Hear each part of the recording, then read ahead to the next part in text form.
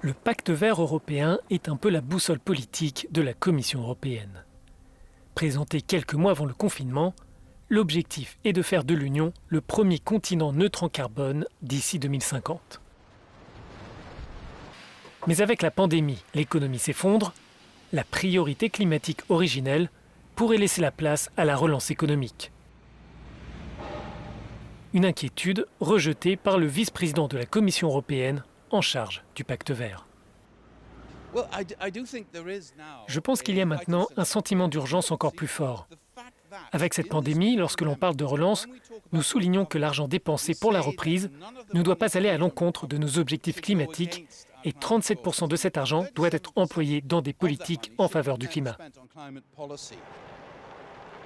Lorsque les chefs d'État et de gouvernement se sont entendus cet été sur une stratégie de relance de plus de 1 000 milliards d'euros, des lignes budgétaires environnementales ont fondu comme neige au soleil. C'est le cas par exemple du Fonds pour une transition juste qui passe de 40 à 10 milliards d'euros.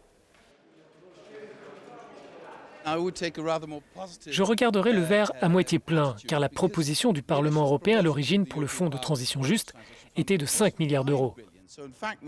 En fait, nous doublons la proposition initiale. Bien sûr, la Commission aurait préféré 40 milliards d'euros, mais des compromis ont été faits. Une autre critique récurrente concerne le financement d'énergies fossiles par des fonds européens. Certains pays auront besoin d'une transition énergétique, même s'il s'agit d'énergie fossile. Si vous partez par exemple du charbon et vous allez vers le durable, et que pendant la période intermédiaire vous avez recours au gaz, c'est déjà un pas environnemental car les émissions de gaz à effet de serre vont diminuer.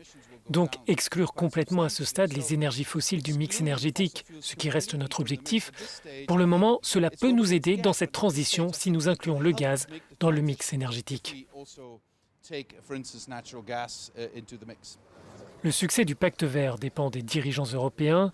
Les 27 fixeront en décembre leurs objectifs pour 2030, le temps de trouver là encore un compromis.